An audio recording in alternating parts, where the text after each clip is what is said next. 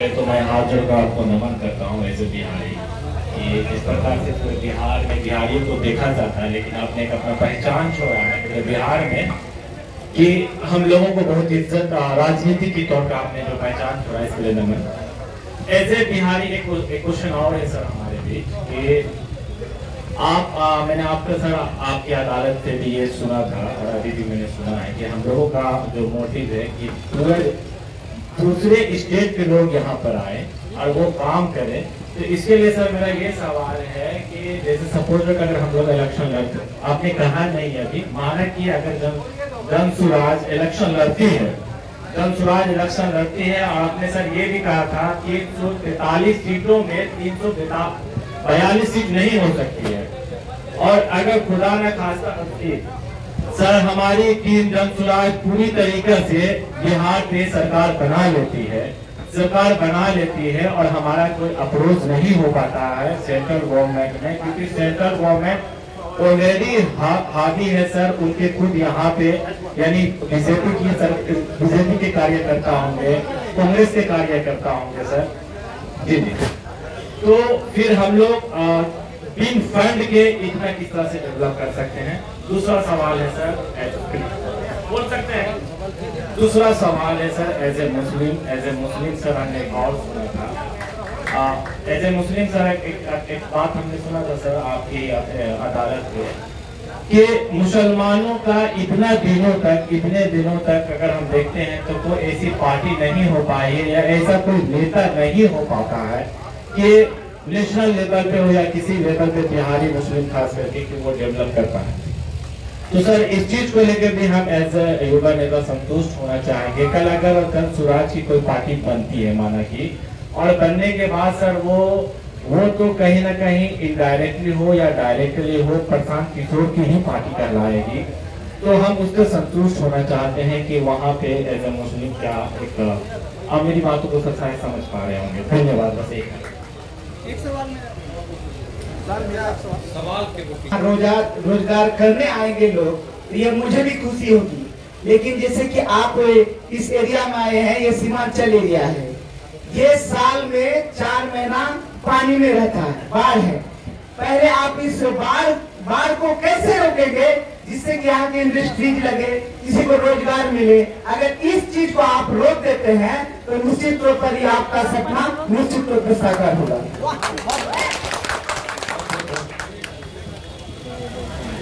पहले तो सर का प्रणाम करना चाहेंगे, और सर से एक मेरा सवाल है, एक ही सवाल है, बड़ा जबरदस्त सवाल है सर कि 2017 में मोबाइल एप्लीकेशन के माध्यम से हमने जो रजिस्ट्रेशन कराया था, आपसे मिलने का मौका मिला था पटना मुख्यमंत्री आवास ये करने मात्र में। तो हम लोग यहाँ पे कटिहार में एक मुद्दा के लिए काफी लंबे समय से लड़ रहे हैं।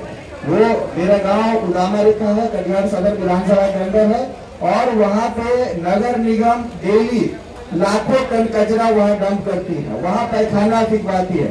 सर 2016 से हमने जिलाधिकारी समेत हमने सभी को आवेदन देके हमने कहा है, जिलाधिकारी कई बार गए हैं, कई बार ये मामला मुख्यमंत्री के संज्ञान में आया है। हमने जनता दरबार में भी अगले साल जाके मुख्यमंत्री को कहा। हमारे सदर के विधायक वहाँ उप मुख्यमंत्री थे, नगर आवास मंत्री थे, उन्होंने उस पर कोई कार्रवाई नहीं की। हम कहना ये चाह रहे हैं सर कि 17 में जब आपसे मिलने का मौका मिला तो आपसे मिलने सिर्फ हम इसलिए गए थे कि वो आवेदन आप मुख्यमंत्री जी के पार्टी में उपाध्यक्ष थे। हम चाह रहे थे कि सर बहुत नजदीक है सर के मुख्यमंत्री जी के, वो आवेदन आप मुख्यमंत्री जी तक पहुंचा दे। जब हम वहाँ इसी तरह से माइक मिला और जब हमने सर आपसे सर आग्रह किया कि सर ये आवेदन जो कि हम लोग त्रस्त है, वहाँ बीमारियां हो रही है, कैंसर जैसी महामारियां हो रही है, तो सर ये आवेदन मुख्यमंत्री जी तक आप सौंप दे। आपने लेने से इनकार कर दिया था। इस बात का हमको जवाब चाहिए सर। आपने कहा था कि ये मेरी व्यवस्था नहीं है, हमने जदयू को मजबूत करने के लिए हम यहाँ आए हैं और आपको इसलिए बोला, लेकिन जब रजिस्ट्रेशन हुआ ऐसी कोई बात नहीं कही गई थी। आपके वॉलंटियर से जब हमारी बात फोन पे हुई, कहा कि आपको प्रशांत सर से मिलने का मौका, बड़ा उत्सुक हुआ सर। हम बिहार का एक लड़का है, बस 1 मिनट कंप्लीट करने दीजिए सर, प्लीज कंप्लीट करने दीजिए सर। तो जब हमको बड़ा उत्सुक हुआ, रात में बात किए, वॉलंटियर आपने कहा कि सर आप जो बात कर रहे हैं मैं तो समझने में सक्षम नहीं हूँ, प्रधान सर से आपकी ड्यूटी करा दी। लेकिन सर आपके कथनी करने में अंतर है। आपने हमारे गांव को स्वच्छ करने के लिए आपने क्या मुख्यमंत्री जी को आवेदन सौंपा, क्या किया सर? बहुत नेतागिरी बहुत हो गई तुम्हारी। भाई साहब ने बहुत अच्छा कहा। आपको अच्छा ये आपने कहा कि आपको याद है कि हमने आपको क्या कहा। एप्लीकेशन हम नहीं लेंगे क्योंकि हम सरकार में नहीं है, हम दल में हैं। हमारा काम दल को मजबूत करना है। सरकार चलाने के लिए आपने मेयर चुना है, वार्ड सदस्य चुना है, विधायक चुना है, सांसद चुना है। सांसद चुनोगे दूसरे को, अमालिया के साथ करेंगे हम। तो या जब हम पूरा बिहार में चलते हैं पैदल, 18 महीना से चल रहे हैं, तो लोग बहुत जब बोलने लगता है तो हम पूछते हैं अच्छा बात तो सब हमारा ही गलती है, ये बताओ कि तुम्हारा इतना कष्ट ये कब से है? आपके यहाँ नाली कब से ही बह रहा है? डंप कब से हो रहा है? 2017-18 से। अभी कितना सुनो ना लोग, आपका सुन लिया, अब जवाब सुनिए। 2022-23 में अभी बैठे हैं। आपके माननीय विधायक जी कई बार से चुनाव जीत रहे हैं। 4 बार से। खड़ा हो जाओ। सुनो पहली बात, भाई साहब कितना जोश में बोले हैं। अरे भाई हमारा कैंसर हो रहा है, अब हमारा कुछ नहीं किए। और उसी विधायक को 4 बार से जिताए हो, उसको पंजाब का आदमी आके वोट दिया। इतना हमको बेहुदा समझते हो? बिहार में आदमी गाना रोता है दिन रात 5 बरस रोएगा। सड़क नहीं है, नाली नहीं है, गली नहीं है, पढ़ाई नहीं है, रोजगार नहीं है, नाला बह रहा है, जीना मुश्किल है। कल वोट देने जाओगे जात के नाम को उछल के पहले वोट दबाओ, जय श्री राम कह के वोट दो, और हमको कह रहे हो कि नाली साफ।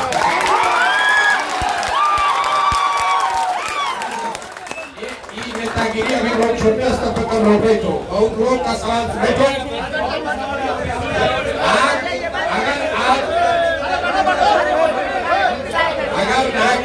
नागरिक होने के नाते, सुनिए, नागरिक होने के नाते हम ये जब आएंगे पदयात्रा में तो गांव ही करते हैं। सब लोगों से पूछते हैं कि भाई पर आप अगर भाषण सुने हैं मेरा जन सुराज, हम आपको बैठाना डराना नहीं चाहते, आप आराम से खड़े होकर सुन लीजिए।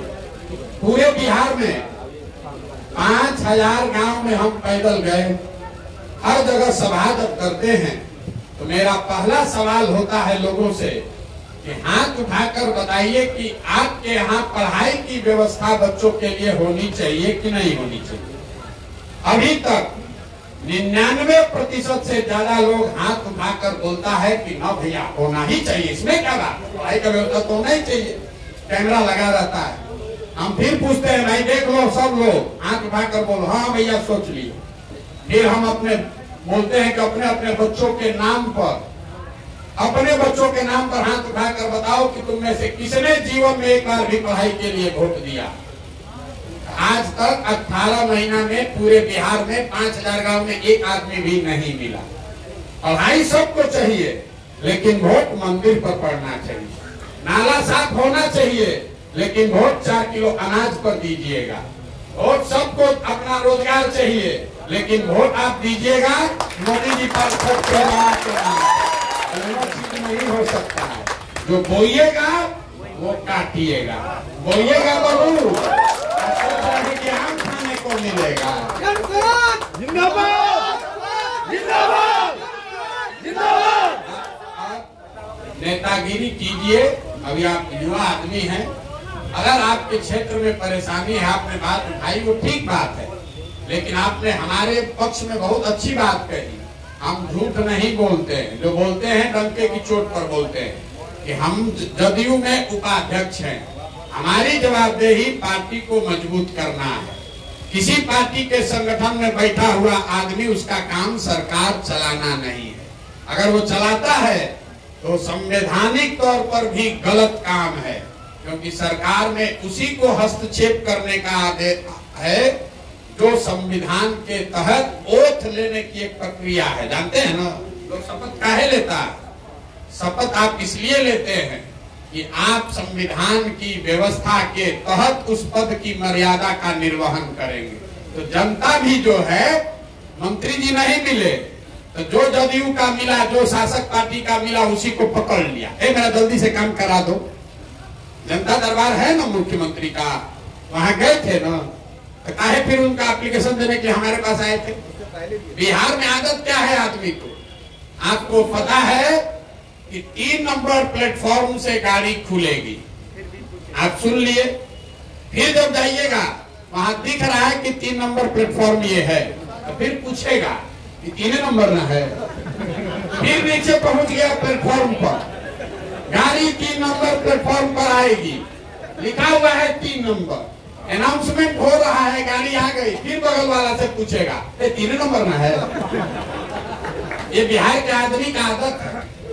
आपको भेजता है मैसेज फोन पर, आप फिर फोन करता है, ए भैया मैसेज भेजे हैं जरा पढ़ लीजिएगा।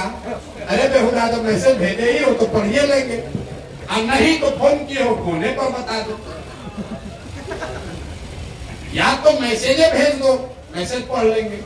अगर मैसेज भेजे हो तो धीरज रखो, पढ़ के बताएगा आदमी। तो अगर फोने कर रहे हो तो फिर मैसेज काहे भेजे हो? इतना घबराहट में मत रहिए। अगर मुख्यमंत्री के यहाँ व्यवस्था है, उनके यहाँ हर आदमी क्या करा, टीटी के यहाँ ट्रेन में घुसे, जरा जल्दी से टिकट एगो सीट दिलवा दीजिए 500 रुपया दे के। आप भी कर रहे, बड़ा भ्रष्टाचार, बड़ा भ्रष्टाचार।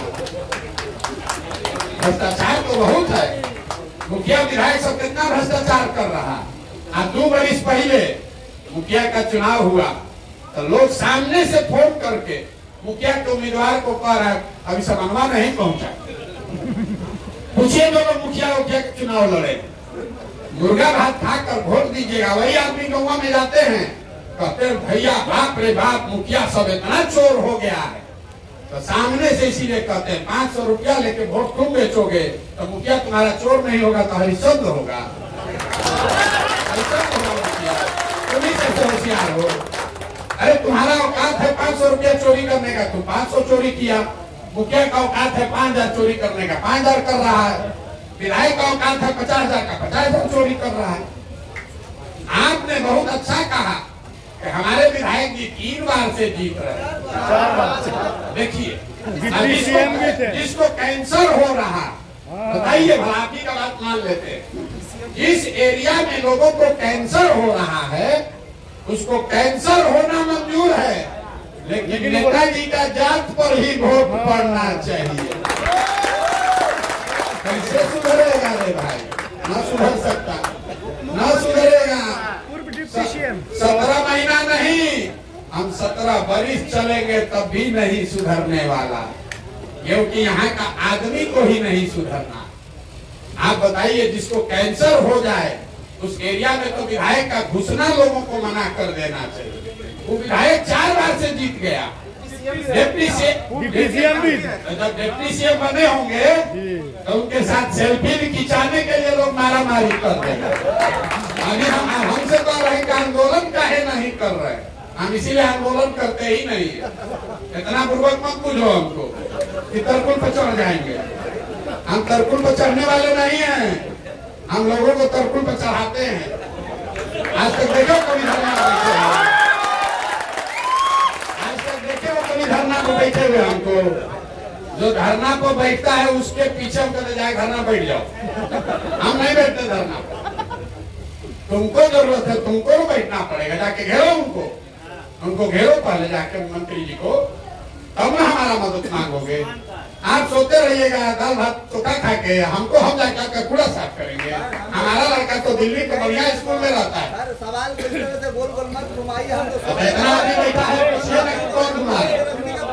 आपके माध्यम से भी हम हजारों लोग को ये कहना चाह रहे हैं कि हमारा दम क्या है। बहुत बढ़िया, अब आपके सवाल का जवाब दे दिया। बैठ जाइए। इतना आदमी बैठा है, सबको बुझा रहा है कि कौन गोल घुमा रहा है, कौन सीधा चल रहा है। और हम सुनिए, सवाल था उस पर जवाब दिया जाए सर, ये छोड़िए।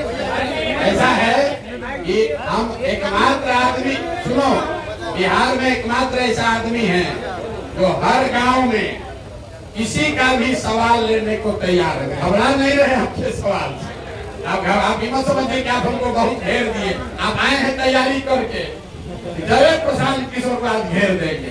इतना आसान है, इतना आसान है। जिस तमिलनाडु में जाते हो आप मजदूरी करने, वहां के राजा को हम जाके सलाह देते हैं कि कैसे चलाओ।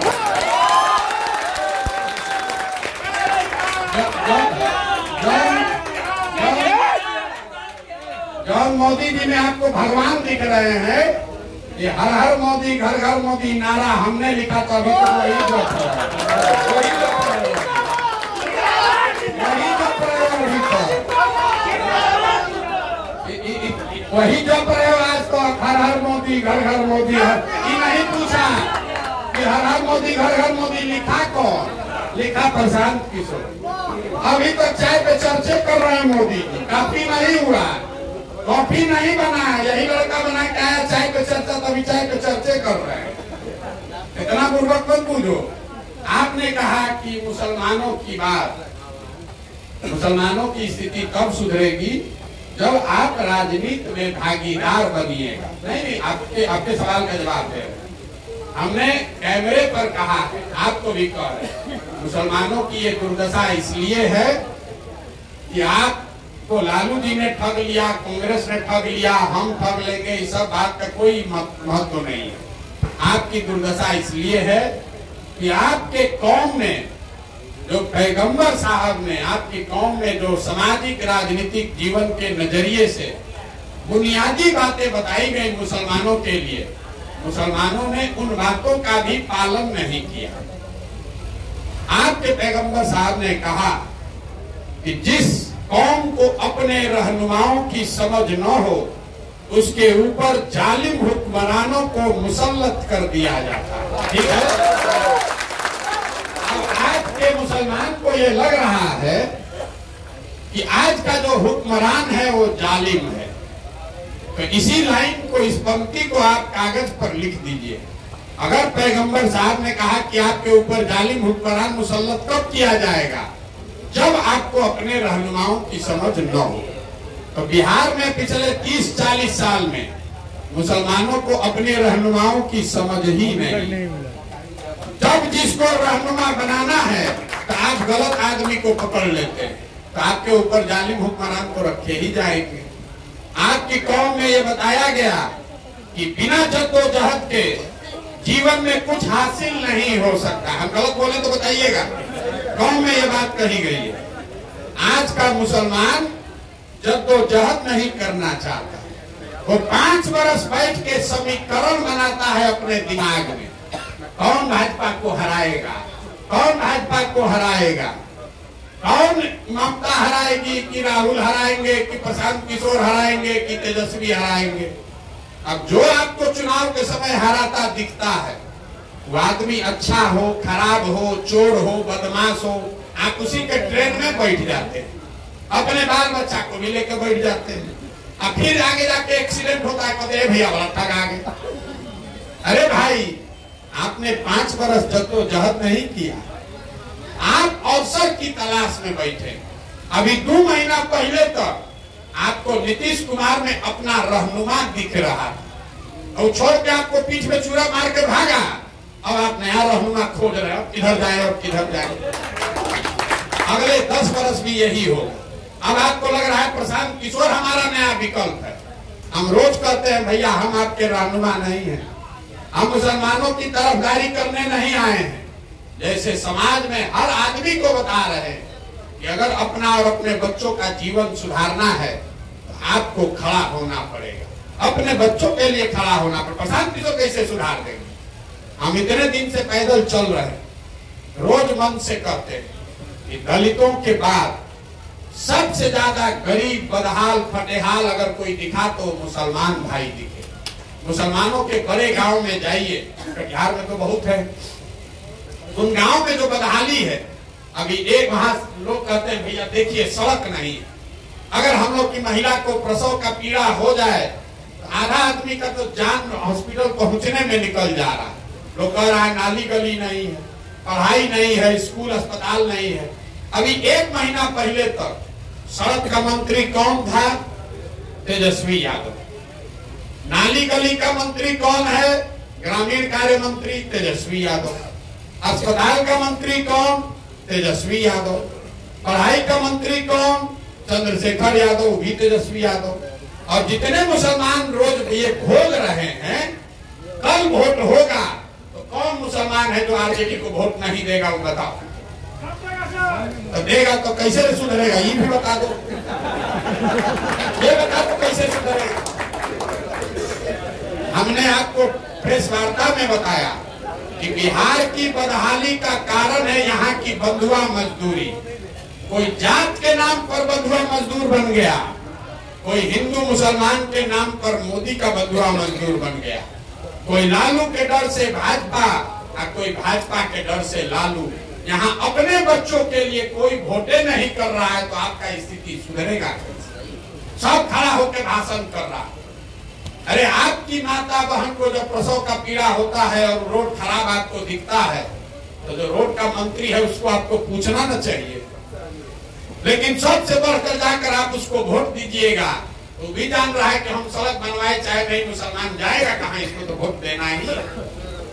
मोदी जी को भी लगता है कि कहाँ जाएगा सब, लालू जी के डर से सब हमको देवे करेगा, फैक्ट्री लगे चाहे न लगे। आप जरा बताइए, जितने यहाँ मोदी जी के भक्त लोग हैं, हम रोज मन से ही बात करते हैं। 10 वर्ष से मोदी जी प्रधानमंत्री हैं। 10 वर्ष में मोदी जी ने बिहार के लिए कुछ किया कि नहीं किया, इस बात को छोड़ दीजिए, बहस में मत पड़िए। मोदी जी के प्रधानमंत्री बनने से आपका फायदा नफा हुआ कि नहीं, इसको भी छोड़ दीजिए। आप तो भक्त हैं, भक्त को तो कुछ नहीं चाहिए।